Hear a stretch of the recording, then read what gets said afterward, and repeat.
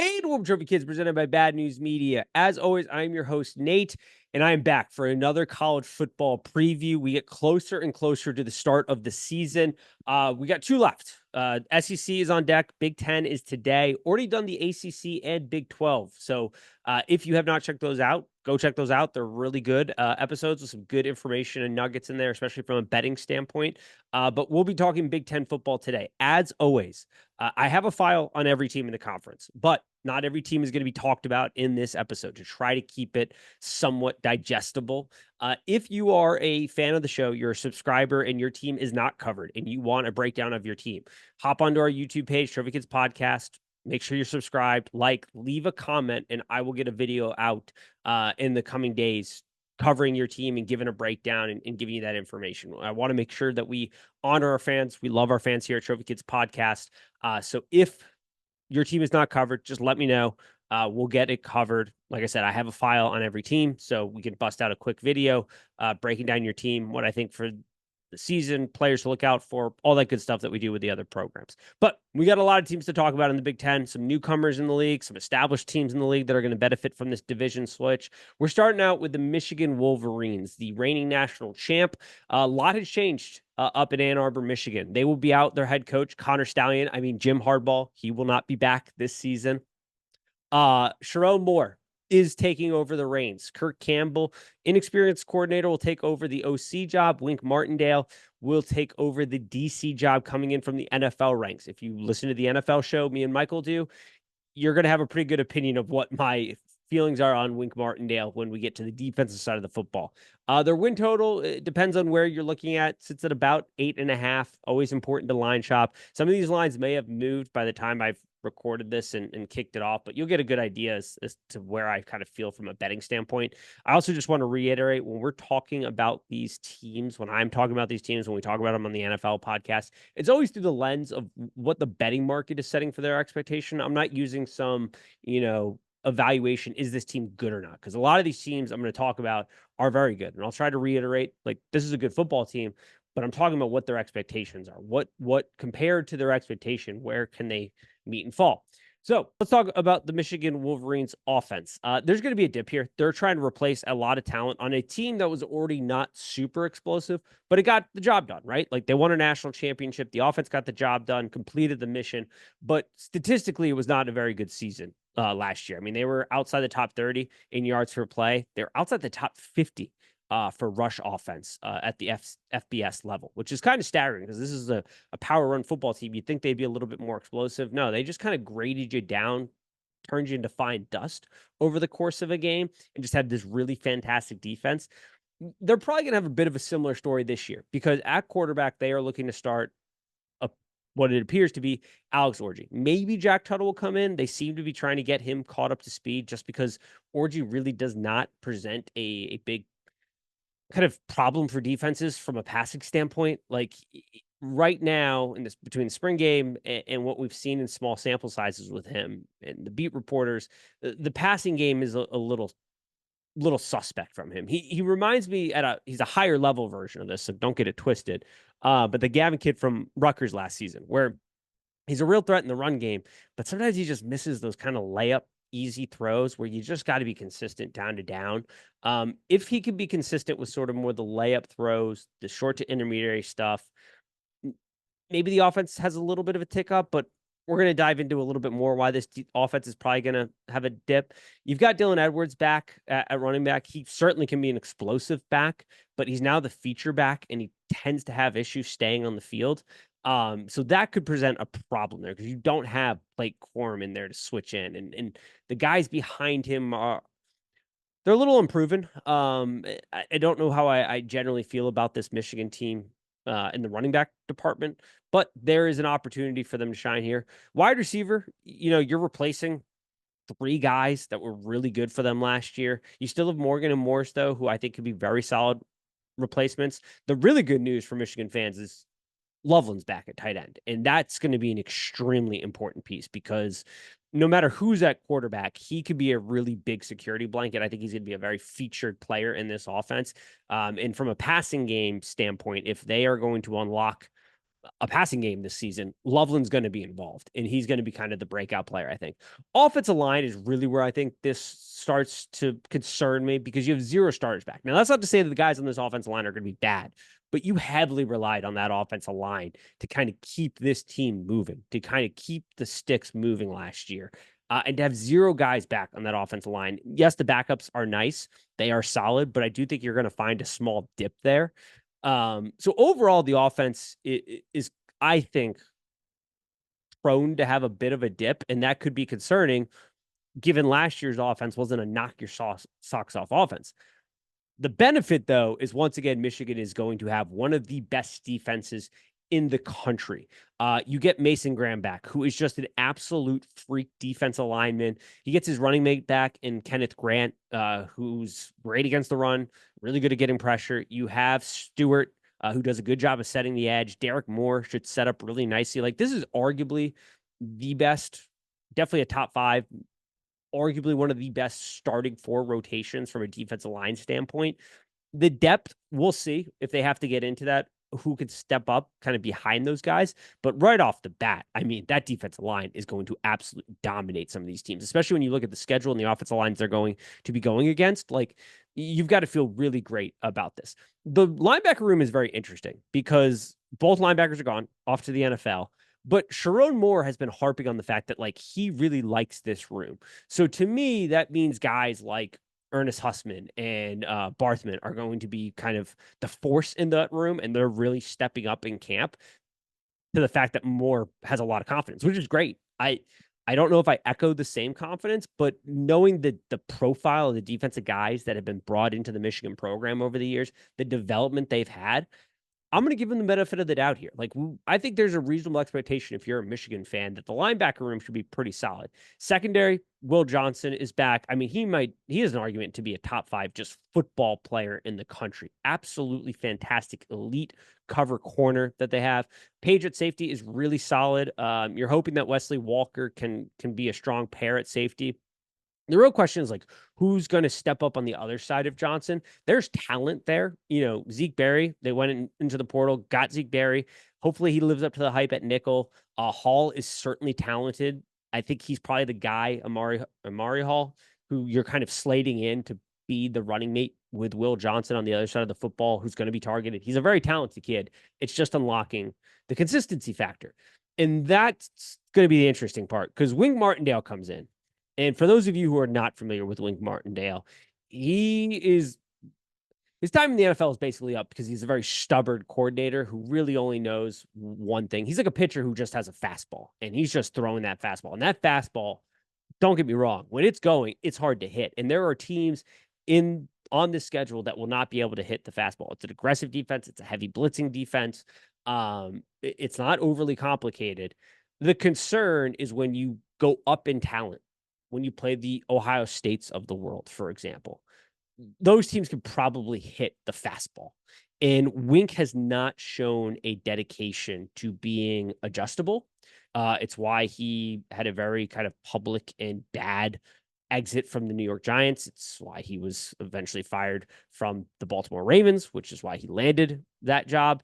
And like, Michigan's got to play Oregon. They got to play Ohio State. Like, those are 2 offenses that are going to be very good. USC, who I'll talk about here in a little bit, I think is better than what their schedule is going to identify. You've got Texas. So, like, there are games on the schedule, obviously, that Michigan should be fine. Like, defensively, like the Fresno States of the world, the Arkansas States of the world. Hell, Michigan State, I don't have a lot of faith in them this year. Minnesota's, Indiana, Northwestern, like, they're probably not going to be able to hit that fastball. Some of these other offenses, though, there is a concern there, I think.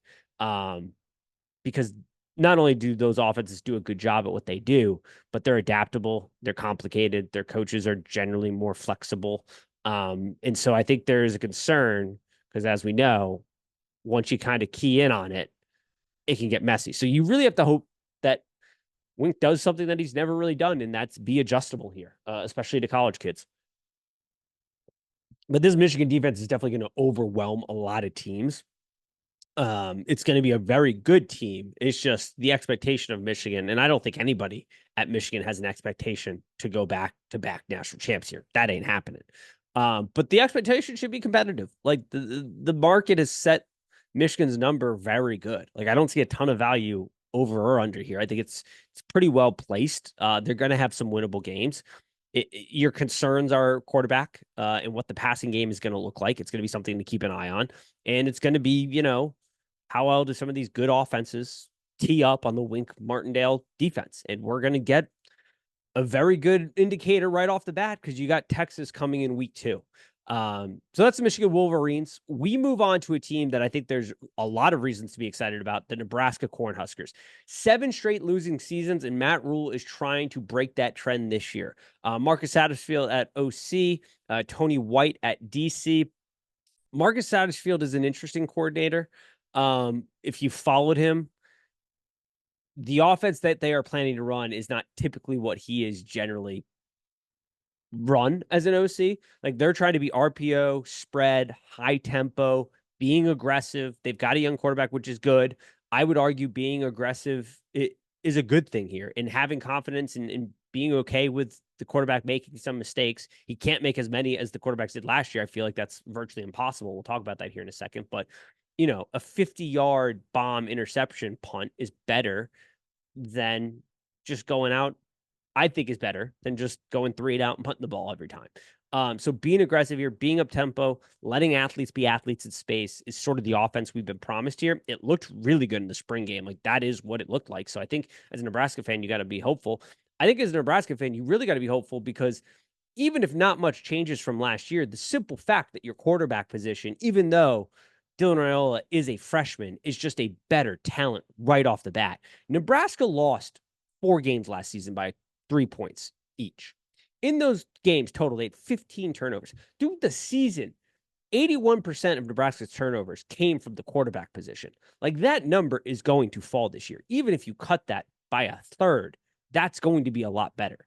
Dylan Raiola is not going to turn over the football. I am pretty confident in that, as much as Jess Sims and that whole offense did last season. The other part to this too is like you have Glenn Thomas, who was with Matt Rule at Baylor, does a really good job with the quarterback position. He's helping out here on the offensive side of the football. Matt Rule feels pretty confident that they're ahead of schedule, and it's not hard to see why. The injury bug is going to be the thing to concern of, and we're going to get into it with the offensive line, but I have in multiple position groups on my notes, like just got to hope for better injury luck, and they've already had a massive injury to the offensive line. But running back room, they're going to sort it out in camp. Gabe Irving is back, but health is a concern, obviously, with him. Johnson has popped here and there, but he sort of lacks the consistency. They're talking a lot about this Johnson kid, Emmett Johnson, as a surprise back this year.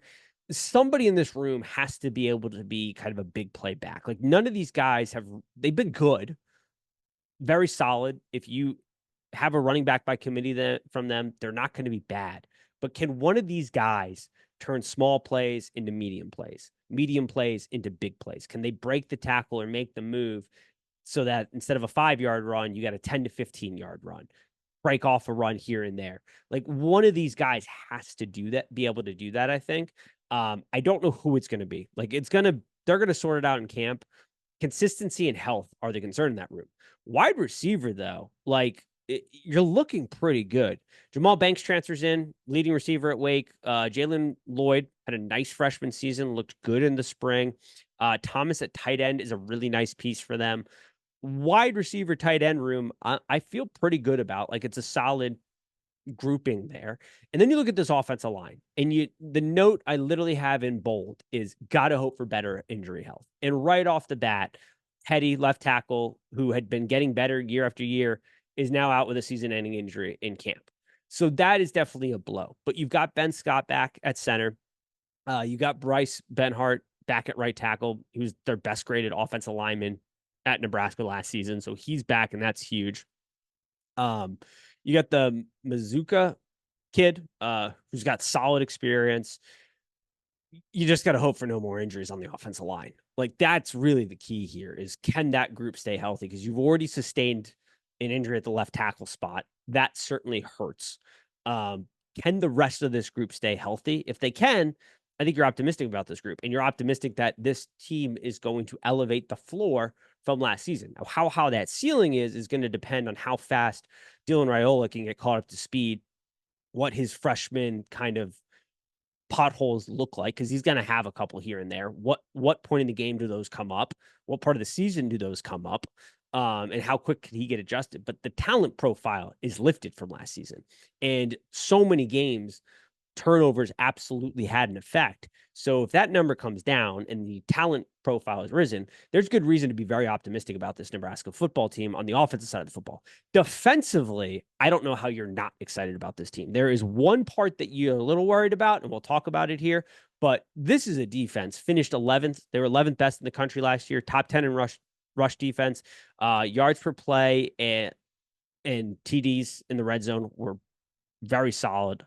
Both in the top 10. So you have the defensive line. Nash the Polar Bear is back. That's his nickname, the Polar Bear.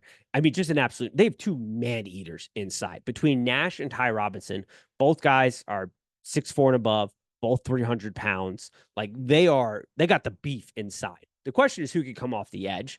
My guess is it's going to be Butler that pops. Lionheart has been nice in a smaller sample size. Let's see what he can do when his kind of plate gets a little bit bigger here. You get a lot of experience in the linebacker room between Wright, who's a redshirt senior, Bullock, who's a redshirt senior, and MJ Sherman, who's a true freshman or true senior. Sorry, true senior. Goodness gracious. So you got three seniors, experience level guys in the linebacker room, all know where to be on the football field, all understand their assignments. It's hard generally for them to get out of assignment. So you feel good about that. The secondary is the concern because you saw it last year. They kind of get lost in space when there is a talent advantage. Colorado was a good example of that. Like once Colorado's athletes got out into space, things started to tear apart at the seams for the Nebraska defense because the secondary wasn't able to kind of hold up. Once again, the Colorado game is going to be the test.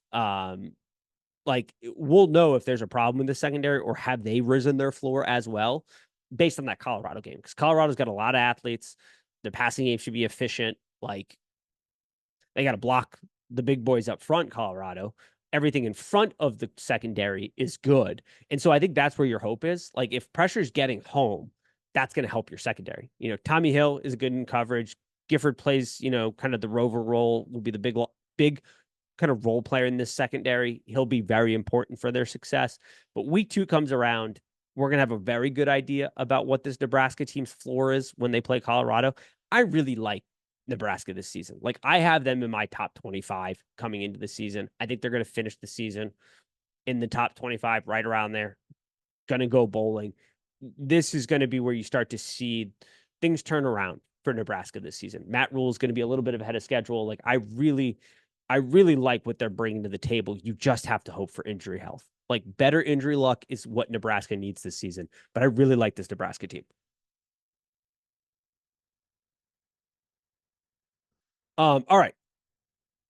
On to the Ohio State. Ryan Day, man, does he have some very good coordinators under him this season. If you're an Ohio State fan, you have to be very excited about the coordinators. In comes Chip Kelly as the OC. That man said, I am done trying to be a head coach in today's game. I just want to draw plays and run a cool offense. And he's going to have an opportunity to do that here. Jim Knowles is back at DC, over under sitting around 10.5, depending on where you're at. Maybe a little bit higher, maybe a little bit lower. Always make sure you're line shopping. Will Howard comes in over from Kansas State. Julian Sayin and Aaron Noland are kind of in the waiting wings. A lot's been made about Will Howard. I made the point, Ohio State fans got on me at it, that the arm talent is not necessarily an improvement over Kyle Cord. I still believe that. I still think I'm right there, but the improvements in the run game, like he adds an extra dynamic to a running back grouping that may be the best running back grouping we have seen in a very long time in college football with Trey Henderson and Quinshon Junkins. And then you have Will Howard, who adds an extra man advantage, a downhill force to be reckoned with, still a good arm. Like I'm not sitting here saying it's bad arm, but his arm talent is very similar to Kyle McCord's. I think that is just objectively true, whether you like it or not, Ohio State fans. But we'll see. But the running game dynamic here is going to be fantastic. And Will Howard with Chip Kelly as his OC should be very interesting. and how Ryan Day and Chip Kelly work will be an interesting one. Ryan Day is giving every appearance that the pressure is sort of getting to him, though, in some pretty big ways. Like there was talks of Caleb Down playing running back, and it's, why the hell would you do that? You have a fantastic running back room. Caleb Downs is one of the best football players in the country and going to be an absolute rock star in your defense. Don't put him in offense. You don't need him. You don't need to increase the risk portfolio for him. You're fine. Like the cracks do start to be showing for Ryan Day, and I think he knows it. This is a very pressure-filled season. They're all in. Like the boosters all in. They provided the money. This is a very expensive roster. They've poured the money into it. There's talent on this roster. Can they reach that national championship window? Well, we're going to see, because there could be some concerns here.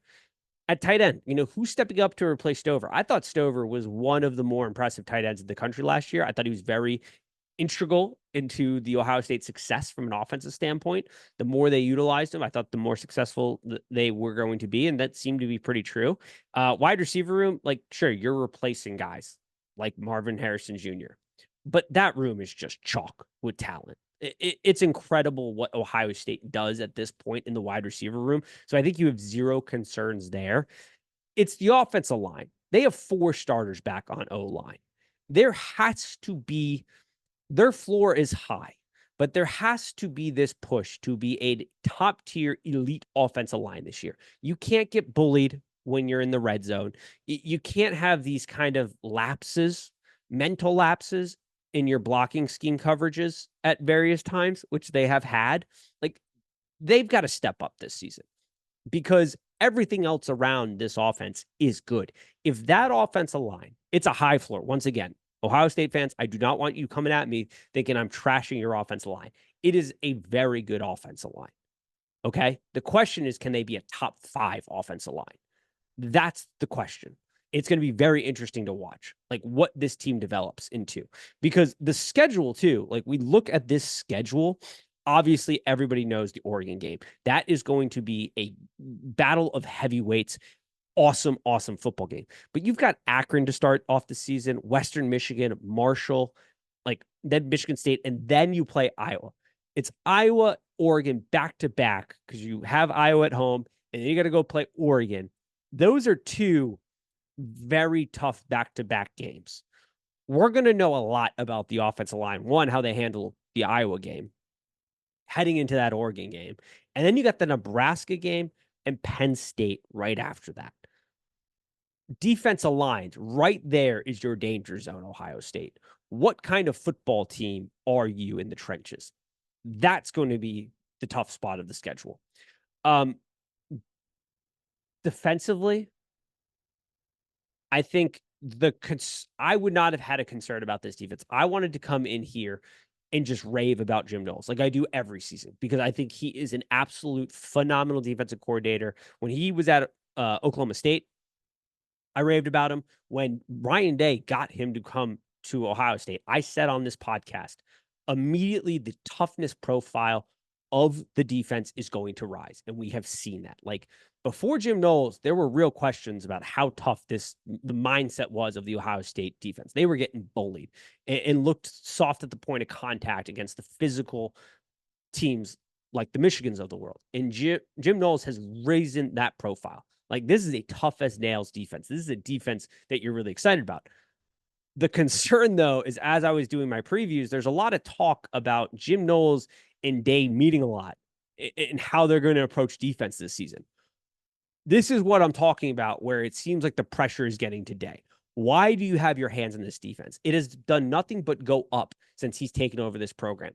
This defense has a chance to be the best defense in Ryan Day's time at Ohio State this season. There is a talent profile here that is incredibly good, and Jim Knowles is an incredible defensive coordinator. Let him cook. Get out of the kitchen.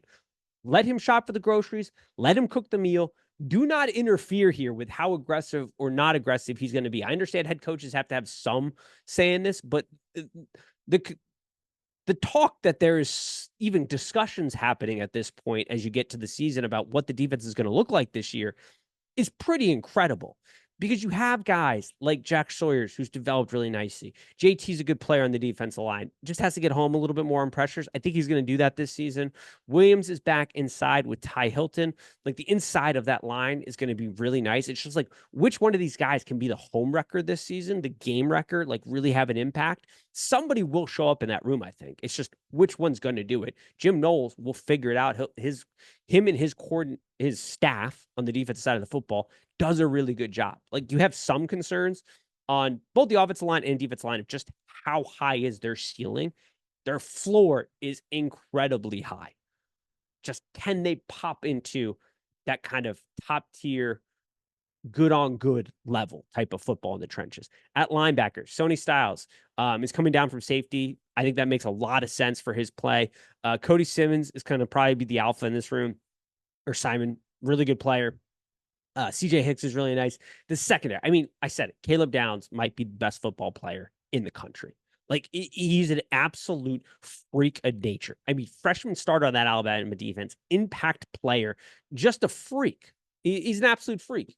Denzel Burke is back and Davidson's back, both incredibly solid in coverage. You have Hancock is back at nickel. Like this secondary is really good. This is what I'm talking about. Like if the defensive line can have a guy or two that can be a true blue game wrecker in the trenches, because they're going to be really solid inside. Can somebody on the edge get off? Can you continue to get consistency inside? And Ryan Day doesn't mess with this defense.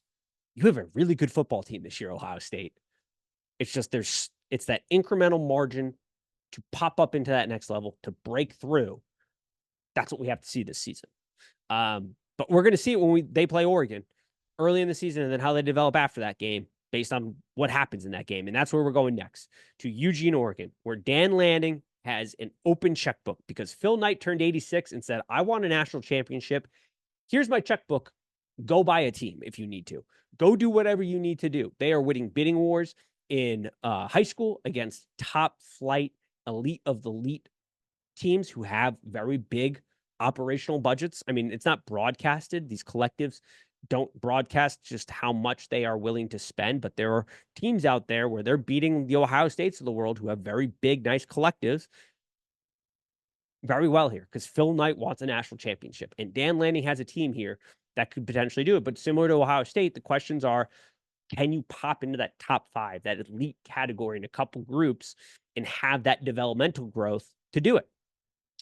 Offensively, I mean, the checkbook speaks because you got Dylan Gabriel. I mean, just a plug and play guy, perfect in this system. And then you go and you get Dante Moore, a former 5-star that you're just like, yeah, we'll house him for the season.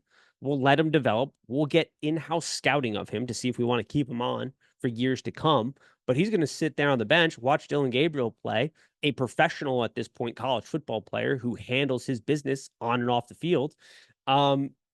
And we'll see what happens. Like Gabriel's skill set is so great here for Oregon too, because he gets the ball out quick. He's not afraid to push it, but he's not too risky with that. Like his risk profile is kind of in that sweet spot where he will push it a little bit more than Bo Nix, but he's not stupid with it.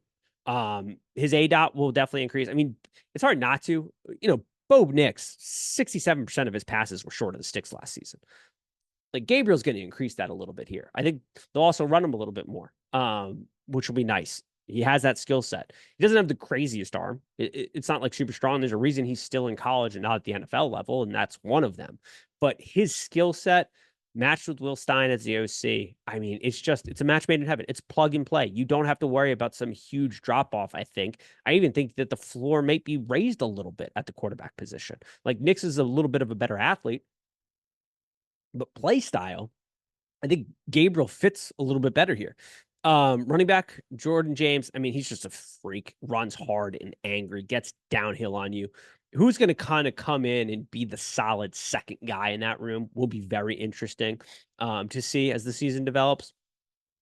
Wide receiver, I mean, Will's come out and he said this is the most talented wide receiver room he's ever been around in his coaching career, which is pretty incredible. You get Evan Stewart, ultra talented guy coming over from Texas A&M.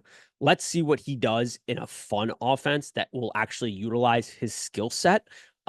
because there's a talent profile there that was not unlocked at Texas A&M that very well could be unlocked here at Oregon. It would be very exciting to see. Tez Johnson, fantastic in the slot last season for them. Holden is solid. Um, they beat out Ohio State for this Jeremiah McClellan. He's a freshman, but they're going to look for him to contribute right away. With sophomore like Dickey in there as well in the rotation. So they've got some really nice pieces at tight end. Ferguson is great. Like it's just a really, really, really nice complement of guys that all the skill sets from a talent standpoint and quarterback standpoint seem to fit really nicely, at least on paper. We'll see what it happens when live bullets start flying here, but everything just kind of gels very perfectly, I think, for Oregon this season offensively, from a talent standpoint. Offensive line, though, you lose your center and right guard from last season, but you get your right tackle back. He had a nice season. This Lapin kid played every position at some point or another. They're going to slot him at center. The offensive line will be interesting as far as how well they can gel and how quickly they can do it. And similar to Ohio State, I think there's a pretty decent floor set here, but can they raise their level of play? Can they get the most out of this offensive line group? They're going to have to if they want to push for a national championship. Defensively is probably the area they need to make the biggest jump. It's not that the defense was bad. It wasn't. It's just Dan Lanning is a defensive-minded guy. They seem to have another gear that they just could not shift into last season, and are going to be looking to need to do that this year. Like Jordan Birch needs to get going fast at edge for them on the defensive line. Inside was an area of focus. So, they gave Derek Hammond a bag to come over from Michigan State. They also got Codwell. Like that makes them now really strong inside. So they identified that area. They're really nice inside on the defensive line. Kind of guy like Birch, though, get going fast off the edge, really kind of set some pressure there. Linebacker, I think, is going to be really just a solid group. I don't have super high expectations for them, but I feel like it shouldn't be a problem for them. They went out and spent in the secondary. I mean, they got some of the best corners money could buy in the transfer portal, both at the Power 5 level and the Group of 5 level. Like Jabbar Muhammad comes in, arguably the best corner in the portal, coming down from Washington. Absolutely fantastic. Cam Alexander is making the jump from the Group of 5, but he was incredibly solid last season. You got Kobe Savage coming in from K-State to start at safety. Like they spent in this room, and the talent profile raised the bar. So this is, once again, you have some ultra talented guys on the defense. Can Dan Lanning get them to play as one and raise that floor to be an elite defensive unit? And if he can do that, as long as there's no major injuries, I love Oregon this season. Some of you might be sitting here going like, you're glazing Oregon. I'm incredibly high on Oregon's chances this season. It's just the defense has to play.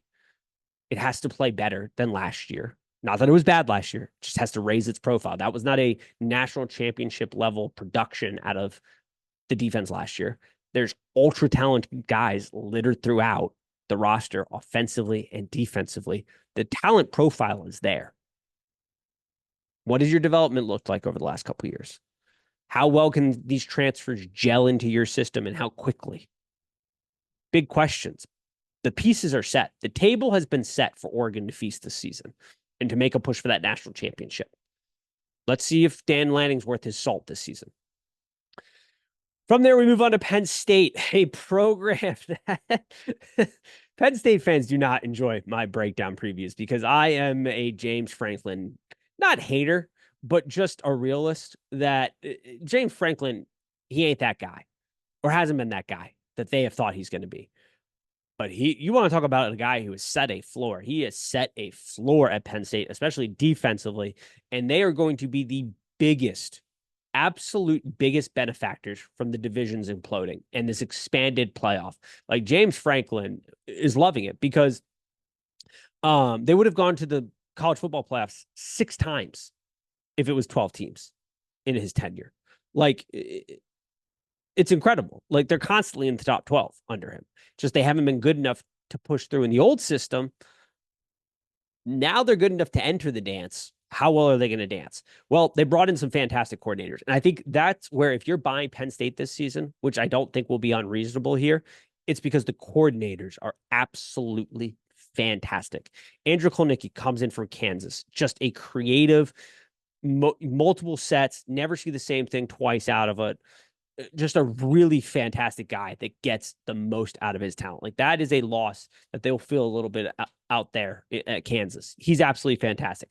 How much will James Franklin let him be him? That's the question here. And then defensively, you have Tom Allen, who the Indiana defense has always outperformed the talent profile they had. Like, you want to talk about a guy that defensively get the most out of his players. Tom Allen does that. They play hard for him on defense, even as a head coach at Indiana. Like, the Indiana, there was some success there for a little bit, but like, those defenses were more successful than they probably should have been under his tenure. But we're going to start with the offense. Play calling should be way more creative, and you got to hope for it. I mean, just to show the difference. Kansas last year only had 19 plays of 30 or more yards. Or sorry, Penn State only had 19 plays of 30 or more yards. Kansas had 39. They had 20 more plays at Kansas. And the talent profile is better at Penn State. But this is what we're talking about as far as creativity and good coaching and developing your position groups really well. That's what Kolnicki does here. Drew Aller is back. The running back room, Singleton had a bit of a sophomore slump, I guess you'd say. Same with Katron. If they can get back to that freshman form and hit the ground running this season, this is a very dynamic duo in that backfield. I believe in that backfield. The question mark for me, and it's the same question mark I had last year, they don't seem to have addressed it, is who is the guy that's going to push the field? Who's the guy that can take a defense, top off a defense here, and be that deep threat? Like, they didn't really go and address that. They got Fleming over from OSU. He's more of a mid to short range guy. Saunders is going to have to step up. It's just like, who is that guy in this wide receiver room?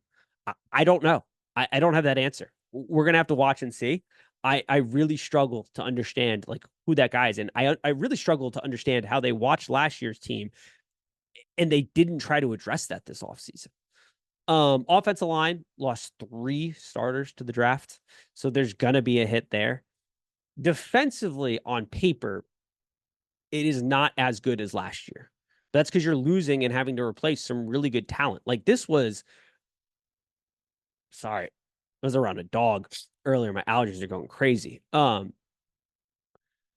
This was a really good defense, like historically good, absolutely fantastic. You wouldn't know about it because nobody really talked about it, but this was a really fantastic defense last year under Manny Diaz. Tom Allen stepping in, great coordinator, but you're having to replace a lot of really good, talented players. And so on paper, it's a little less. But because of Tom Allen, you have to, I believe, I guess you don't have to believe it, but I believe that there's a chance they're not going to be as good as last year, but they're going to be better than what they're presenting on paper. The line, we'll start there, was absolutely fantastic, but you lose Chop and Isaac. Abdul Carter is kind of the talk of the town in Penn State, Happy Valley. They love this kid. They think he's going to have a fantastic season on edge. I'll buy it. I'll be a buyer of that hype. Dennis Sutton, experienced guy. You'd like Zane to step up inside here for this defensive line a little bit. The linebacker room, it's strong. Kobe King will be the absolute dog in that room. Just a force to be reckoned with. DeLuca is really solid in coverage. So those two guys paired together, they stay healthy. That's a solid room. Secondary will be the interesting thing here. They're sorting this group out in camp, which I kind of love. I love that they're being competitive, but you got to hope somebody really kind of comes out and can be that guy. It's a talented room, but what do they look like when they try to piece this all together? My guess is you're going to have Miller and Harris be your lead corners for Penn State this season. I think that's a relatively good pairing. Let's see how they develop. Let's see what their form looks like coming out of camp. Let's see if they can get off to a hot start. Because like I said, I like Allen. I like Kolnicki. I don't love James Franklin. I love him if, once again, you're fine with, hey, we're cool with being top 5 in the Big Ten, year in and year out, getting into the dance, not necessarily winning the Big Ten, but getting into the dance still, maybe winning a game, maybe two. Like, that's James Franklin. And that's perfectly fine. That's fun seasons. That's good football. You're winning football games. You're having fun. If you're cool with that, James Franklin's your guy. If you want to play for national championships, I'll be interested to see, because Franklin's gone through a lot of coordinators.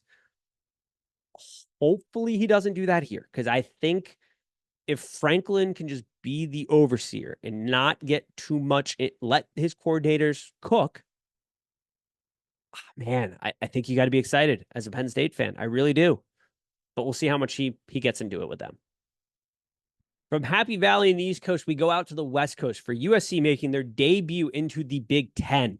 Lincoln Riley's squad is coming to this season with a lot of talent on this roster, and I think USC fans are going to need to buckle up, because this season, I think, is one of those where we talk about it throughout the season. You're going to get that vibe here from when I break down this team.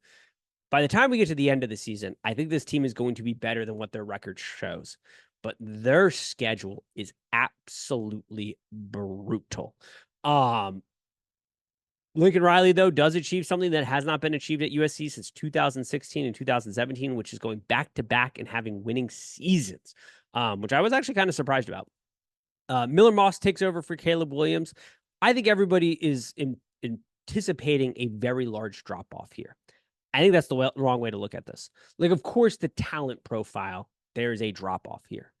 But the theme last year, and the theme I talked about both on the NFL show as we got ready for the draft, as we talked about on the college show, Caleb Williams was absolutely elite and fantastic at the backyard style football last season, which he did a lot of. He still could play in the system. Fantastic prospect. Like, don't get it twisted here, folks. But he liked to play outside the system a lot. He liked to kind of hold on to the ball a little bit longer, run around and look for the big play and hunt for the big play. And what we saw, it's a small sample size, but what we saw when Miller Moss took over from time to time is he plays much more in the system, and he gets the ball out quick, because the philosophy of Lincoln Riley's offenses are generally, if you can read it, grip it and rip it, get it to the athletes, they're going to make plays in space. And we're going to scheme it up for you real nice. Miller Moss does that. And so while there will be a drop off from a talent profile, I don't know if production is going to drop all that far off. Like, I don't think it's going to be better necessarily, but I do think there are times where this is going to make a lot more sense offensively, because Miller Moss is willing to play in the system a lot more. And some of the mistakes that are made won't be made because he's not trying to force things to make the giant play. It's just, hey, we're scheming it up for you here. I need you to just get the ball from point A to point B quickly and efficiently, and we'll do the rest. That's a philosophy that could work for USC this year, because you got a running back by committee room, between Marks, Joyner, and Peterson. The wide receiver room, I mean, Zachariah Branch, I think, could have an absolute monster season with Miller Moss as his quarterback and Lincoln Riley dialing up plays. Like, this man could be an absolute monster this season. Jacoby Lane is kind of the slender reaper of the group. He's got this slender body type, can high point the ball really well, push it for them. Deuce Robinson, very versatile. O-line, they really like this unit heading into camp. You got Monahan at center, Page at left tackle, Emmanuel Paragon at left guard. That left side of the room is really, really nice. Like, center, left guard, left tackle, fantastic. The questions, it seems to be Murphy at right tackle and Noah at right guard. How well can they raise their profile? How well can they elevate their game? USC coaching staff seems to think that it's going to be high. Okay, I'll buy it. I mean, Lincoln Riley has proven he knows how to evaluate offensive talent at the college level. Like, we don't sit here and talk about the slump of offenses for Lincoln Riley. He just reloads and replenishes year after year, and they think this group is going to be better than last year. I'll buy it, because the left side of the line is solid and back and in good form. The right side, they got to raise their profile a little bit, but these players are talented. Coaching staff is saying they're good. I'll buy the hype. Defensively, Lynn, the DC, did a good job at UCLA in year one. This is a program that has 7 starters coming in from power programs. You've got talent here. It's just the offenses and teams they have to play. I worry about the attrition rate here on defense. Perfect example, Bear Alexander in defensive lineman, incredible talent, fantastic. The consistency just isn't there. And I think in part, it's due to some physical limitations. Like this isn't a very big defensive line, and a lot rides on his shoulders. And I think there are plays where he kind of just disappears because he's taking a breather. And then there's plays where he's an absolute game wrecker. So can you get some reliable guys defensively that aren't going to wear down over the course of the season to kind of help him out? Nate Clifton, they're hoping can be that guy and reliable. Anthony Lucas will have to step up his game. I think with the coaching staff in place, this is looking like a defensive line that can improve from last year. Just how big is that leap? And they're a little bit on the smaller side for the teams that they're going to have to play in the Big Ten, because they've got Michigan, which that defense or that offensive line and defensive line, talked about them earlier. There's some big boys. You've got Wisconsin, you got Penn State, you got Nebraska, Notre Dame. Like there are some graders on here. So can they step up? Mason Cobb is back, led the team in tackles last season at linebacker. That should be nice. They brought a ton of guys in on the secondary. Let's see how quickly they can gel. I like USC talent-wise and roster-wise. And I think this team is going to be very good and very competitive. And they're going to be a team that we're going to talk about from a betting standpoint during certain weeks, because I think they're going to be priced incorrectly. And there's a talent profile here that they can be very efficient. Defense has got to step up and elevate the game from last season. I think that's possible with the coordinator they have in place and the talented pieces they have around them. I think the offense is going to be really good. It's a tough schedule of defenses and offenses they're going to have to face. Travel is a concern. Like you start the season off with a home game, and then you got to go to Michigan, then you come back to play Wisconsin, and then you go back to Minnesota, and then you come back to play Penn State, and then you got to go back out to the East Coast to play Maryland, and you come back to play Rutgers. You get to your trip up to Washington, you get Nebraska to come in, you get UCLA and Notre Dame to wrap up the season. Travel's tough. It's going to be an interesting adjustment into the Big Ten, but I do think that USC is a very talented team this year. Like I like them as a whole. It's just the type of teams they're playing this year, the travel. I don't know if the win-loss record is going to reflect how truly talented the team is. If you get my vibe there. From there, we go to a team that has lost a ton of talent, and that is Washington Huskies. In comes new head coach Jed Fish. Brandon Carroll is OC. Steve Belichick is DC. He went with the famous NFL head coaches in Pete Carroll's son and Bill Belichick's son. Over-under is set at around 6.5. There are 0 returning starters on offense this year. 7 guys got drafted, 5 in the first 2 rounds. You are having to replace a ridiculous amount of production and talent on this team. But you brought in some nice pieces. Like Will Rogers is a really nice option. You could do a lot worse than Will Rogers offensively. And the offense they're looking to run is probably better suited to his talent than what Mississippi State was running. Talked about them and how they turtled as an offense due to their head coaching situation. Like Will Rogers is a nice piece here. Running back room, Jonathan Coleman comes in from Zona. He 1,000-yard back. Like decent guys behind him. There's some good production there. The wide receiver tight end situation is where this could be a problem. You're replacing 3 NFL guys in that wide receiver room. You got Denzel Boston. Boston is a guy that they've been talking about a lot, and kind of wanting him to be the guy in the room to step up, be that leader, be the production horse. We'll see. Jeremiah Hunter comes in from Cal, led them in receiving last year. There's 0 starters back on the offensive line. 4 transfers come in. Not a ton of experience between them. Like that could be a bit of a disaster. Offensively, there's reason to be concerned here. I have questions and I have a tough time projecting just how good that offensive line can be. But they'll be there. We'll see. Well, I should say they'll be there. We'll see how they develop. You should kind of have reasonable expectations as to what this rebuild is going to look like for Washington. Offensively, it might be a TCU level fall off year to year. Defensively, I think you have some reasons to be optimistic because Steve Belichick's coming in from New England.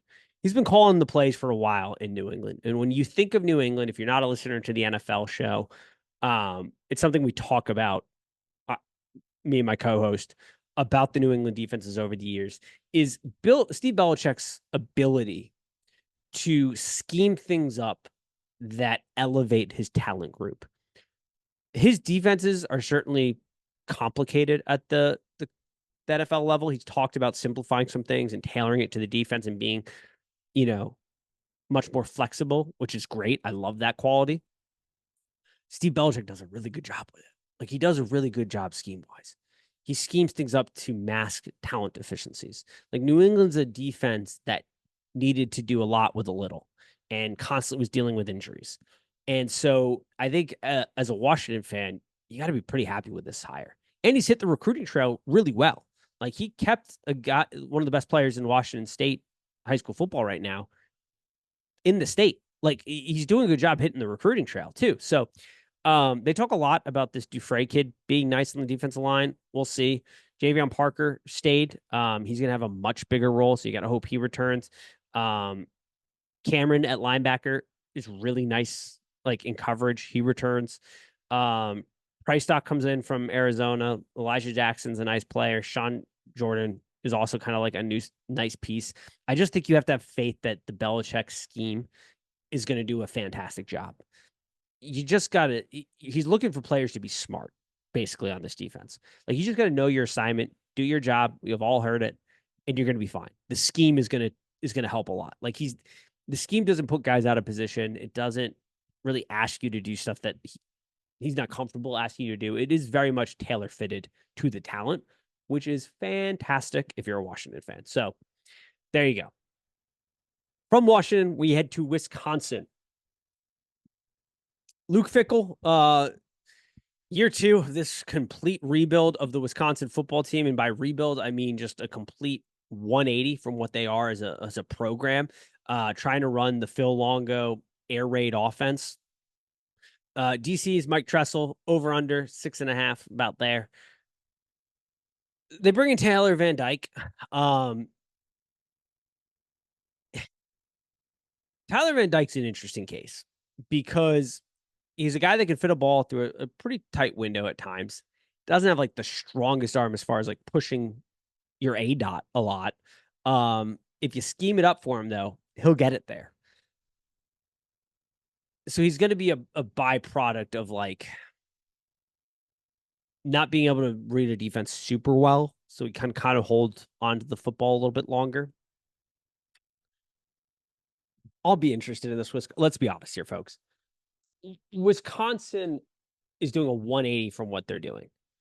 And I'm not overly optimistic about it. I was hoping that Luke Fickell would come in and he would understand that the offense needed to be updated a little bit here, but it wouldn't be this huge shift. And they decided to shift to air raid. So the offensive line's completely new scheme. They need to be more agile, quicker on their feet, as opposed to these just like big grind guys into dust type of linemen that they've been churning out there.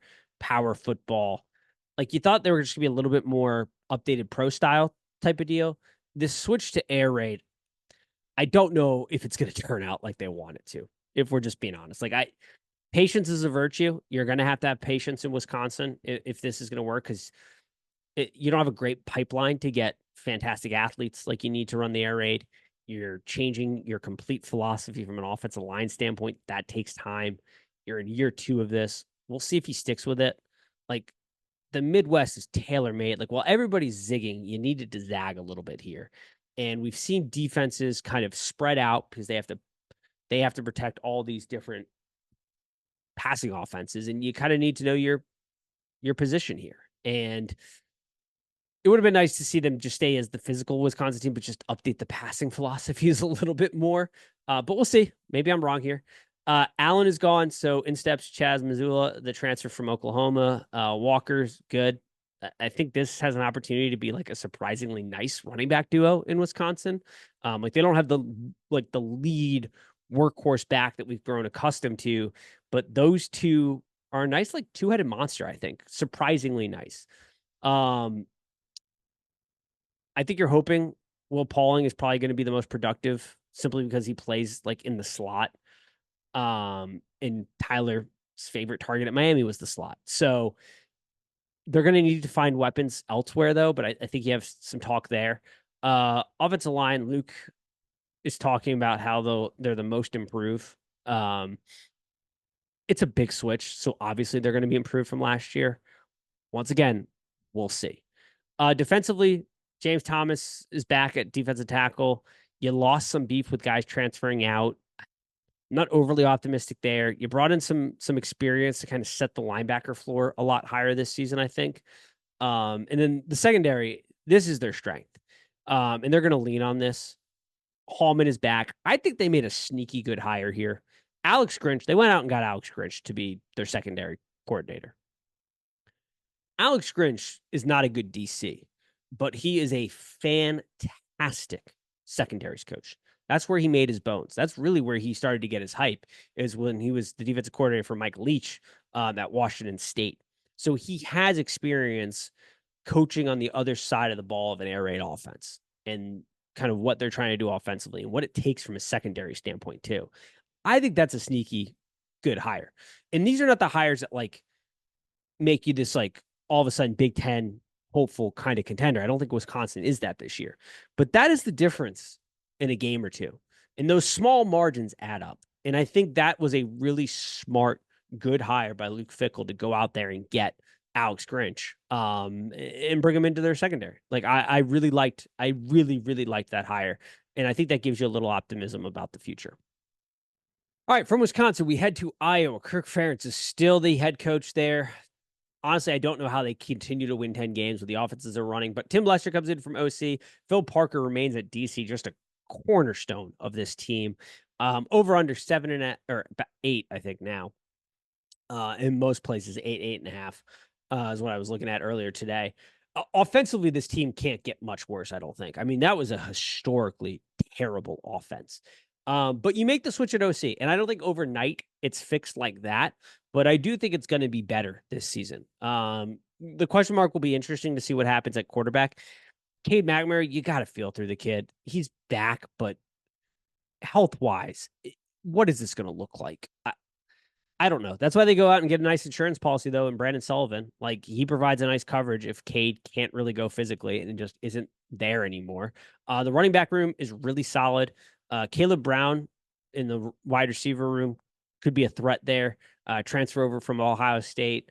Tight end room looking nice. Offensive line. There are 4 starters back here. The anchor is the center, and Logan Jones. He's back. The offensive line is an interesting story, and I think this applies to both trenches. I talked about this back in 2020 when Chris Doyle separated from Iowa. We'll call it that. I talked about how losing him as their strength and conditioning coach could have a long-term effect on the program. And I think we've started to see that because Iowa used to just turn out tackles in this offensive line talent, and then in the trenches, and I'll talk about it there in a second. And it's not that these guys are bad, because they're not. It's a very good group, but it's not the same edge. And I think we're starting to see some diminishing returns. And I think that comes back to the strength and conditioning programs, especially in the trenches at Iowa, have taken a hit since Chris Doyle separated from Iowa. And so that'll be interesting to watch. I think offensively overall, though, this has a chance to be like a top 100 group, which is a massive improvement. You go top 108, like what? This was a historically terrible offense last season. They still won 10 games. It's because their defense is just so damn good. And every year, because Phil Parker he's arguably the best DC in college football at this point. It just runs it absolutely insane. But if this offense just improves marginally here, and you look at the schedule, like Iowa's going to be a little bit of a nuisance because defensively, this is a team that loves what they have defensively. They didn't hit the portal on the defensive side of the football. And that speaks volumes. And when Phil Parker speaks, you listen. So you're looking at the defensive line, you're replacing some key guys, but like their development has been good. Not elite, good. Linebacker Higgins and Jackson are back. Fantastic duo. I mean, that room is just so solid. DB, I think Castro kid, Sebastian Castro is the name to watch there. Harris and Schultz are the Hawks in the back end of this. Like the defense is going to be really good. You look at the schedule.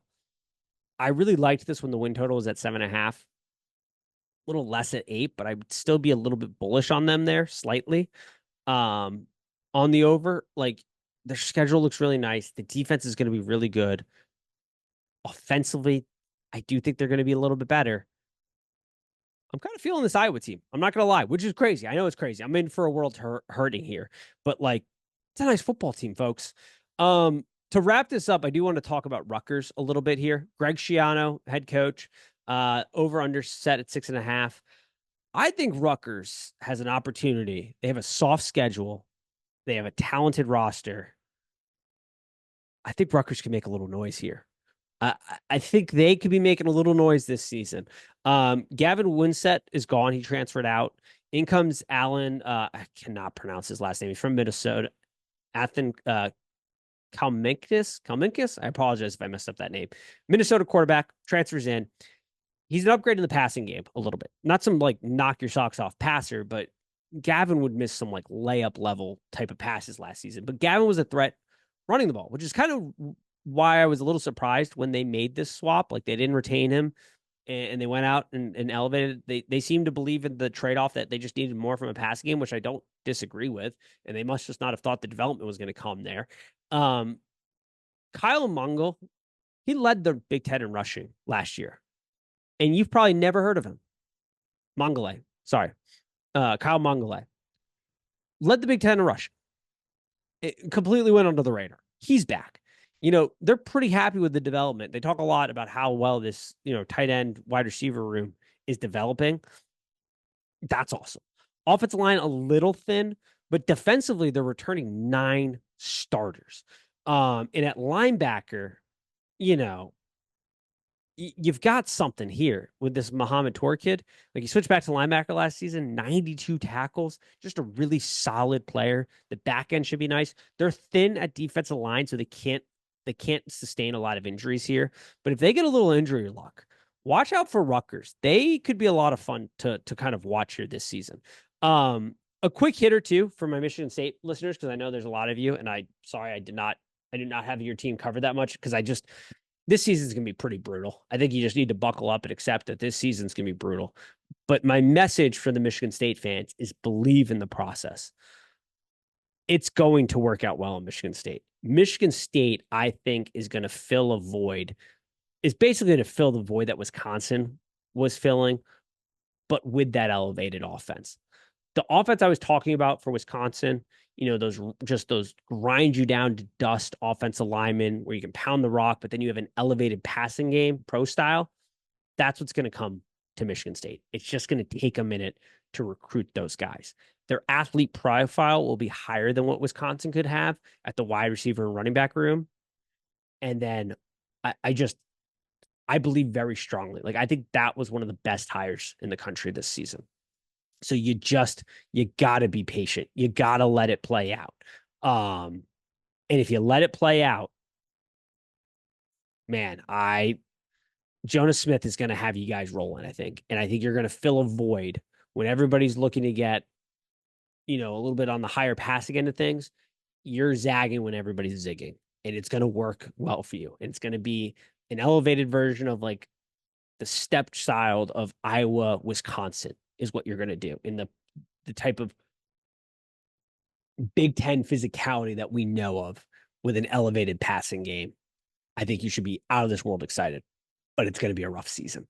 Like just buckle up. It's not going to be fun. It's not going to be pretty this season, but it's going to get there. Just going to take a little time. Be patient with it. And I feel so good. Like I am a long-term buyer in the Michigan State stock within the Big Ten. you got to be a little patient here. Um, it's it's gonna be pretty brutal. I mean, you got Maryland, a throwaway game in week 2, Boston College, but then you got Ohio State, Oregon, Iowa, Michigan. I mean, oof, you got Indiana, who it's going to look like they won the lottery with coaching because Cinetti is fantastic. Indiana fans, you should be very happy with him. He's a really great coach. His ceiling is not as high as Jonathan Smith, I don't think, but the floor will be raised at Indiana for sure. I think, out of the new coaches, he probably has the best bet to hit the ground running in year 1. But then you get Illinois, Purdue, Rutgers at the end of the season. Like it's gonna be tough year to be a Michigan State fan, but just hang on, just buckle up, suck it up this season. It's gonna move in the right direction. Just give it some time. So that'll wrap it up for our Big Ten preview. I hope you enjoyed it. The big boy, the behemoth, the SEC is coming down the pipelines. It'll be here before the start of the season. It's just going to be a behemoth episode, but hopefully you enjoy it. Hopefully you subscribe, find us on social media at Trophykidspod, TikTok, Twitter, Instagram. Please follow, subscribe, tell your friends, tell your mother, your grandmother, your grandfather, your father, your best friends. Tell everybody about the Trophy Kid podcast. And as always, peace.